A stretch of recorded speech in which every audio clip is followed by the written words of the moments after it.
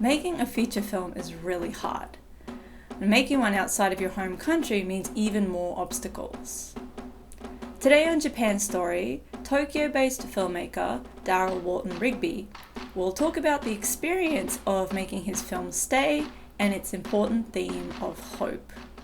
So Darryl, thanks for being on the program today. Tell us about your film Stay. Stay is an independent feature film shot on location in Tokyo. And it is the story of a salaryman who is in recovery, who is trying to move forward in his life. And because of his recovery, it's become an issue for him. And so he meets a woman who brings him hope, but she cannot stay. And why did you choose to make a story in Japan and using Japanese characters? Well, it's interesting is that when I originally came up with the idea for Stay, I was originally going to shoot it back in the States. I was going to shoot either in my hometown of Baltimore or shoot it in Los Angeles. And when I returned to Japan in about 2012, I was living in Tokyo. And in that time period, I had read an article about a group in recovery in Tokyo. And I was reading about these men's stories and about what they were going through in terms of their recovery process and trying to move forward in their lives. And noticed the similarities of what I wanted to do with Stay.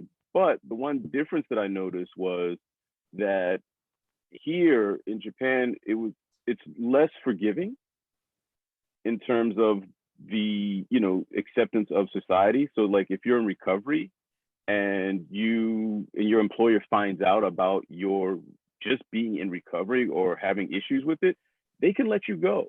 They can fire you. And so I thought that made a much more interesting backdrop, because I know in the States, you can't just be fired because you're in recovery. If you are in a society that may not forgive you for your past transgressions, what's to cause you from not backsliding? And so how do you move forward? And so I, made the decision as a creative person to say, let's try and see if we can tell this story here. Let's see if we can find that truth in this story and telling it here as well. Because I think at the end of the day, when you go, especially when you're telling a story that is not from a place from where you originated, you have to find what is that truth, what is that humanity that we all connect to in the story. So that was a challenge for me. What about some of your other films? Do they have any common themes with Stay? I would say probably the one common theme I think in most of my work is probably hope. And when I look back on my work, I think that a lot of it has to deal with hope. So when I think back on my first feature film, Detention, it's about hope. It's about a teacher who brings together 5 students on a Friday afternoon because she sees potential in them. There's hope in that story. In Stay, it's about a man who's trying to find hope when, the odds seem against him, and he literally does find hope. But what he comes to also realize is that hope is not really this external thing. It's an internal thing that you have to have within yourself. And so at the end of the film, he finds hope, but it's really the hope that he has in himself that allows him to move forward. Do you have any advice for indie filmmakers inside or outside of Japan? Lack fosters creativity. Lack fosters us to become more resourceful.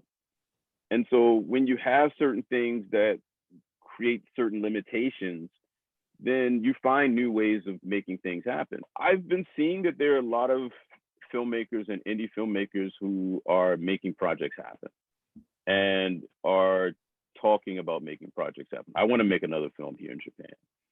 And so I think that now that we have kind of a sense of what's next in terms of where we are in terms of the pandemic, I think now we can begin the process of saying, okay, let's figure out how we can make this happen. Do you have some upcoming projects that you might like to tell us about? The next film is going to be a much different. It's a much different love story. It's interracial, and so it's a little bit more cross cultural. But some of that cross cultural stuff comes in through the food of the lead, the actor, and because you're going to be doing Western cuisine with Japanese cuisine in a way. Stay is a Tokyo story. Now I want to do one where we see a different aspect of life in Japan. But yeah, and the funny thing is that it probably will be a COVID-ish story because the chef in the story loses his sense of taste. Thank you for being on Japan Story today, Darryl, and for your insights into indie filmmaking. And please stick around to watch the full trailer of Stay.